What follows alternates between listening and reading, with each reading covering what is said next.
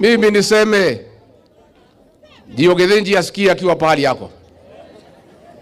Sisi wewe Githinji tulikuchagua, tulikupenda, tukakupatia kura zetu zote, ukakuwa mfalme, ukafika pahali ukatusaliti, ukatudanganya, ukageuka sisi, ukahangaisha biashara zetu, ukafuta watoto wetu kazi, ukaharibu kila kitu, ukaharibu masomo, ukaharibu matibabu.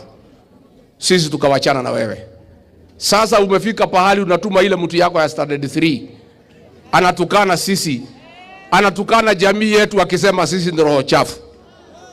Alikuwa pale akasema Uhuru Kenyatta ni roho chafu, akasema Rigathi Gachagua ni roho chafu, akasema Martha Karua ni roho chafu, akasema Justin Muturi ni roho chafu, akasema Linturi ni roho chafu. Ni matusi si matusi? Ni madharau si madharau? Wewe Githinji ujue sisi sio roho chafu, wewe ndio umechafua roho zetu. Na ndio utajua roho zetu zimechafuka mwezi ya 8 2027. Utajua roho zetu zimechafuka. Mimi huzuni yangu ni wale ambaye watu wanatoka hapa mlimani wanatembea na Githinji, akitukana sisi kama jamii, akituita wakabila, akitukosea heshima, akisema sisi ni roho chafu.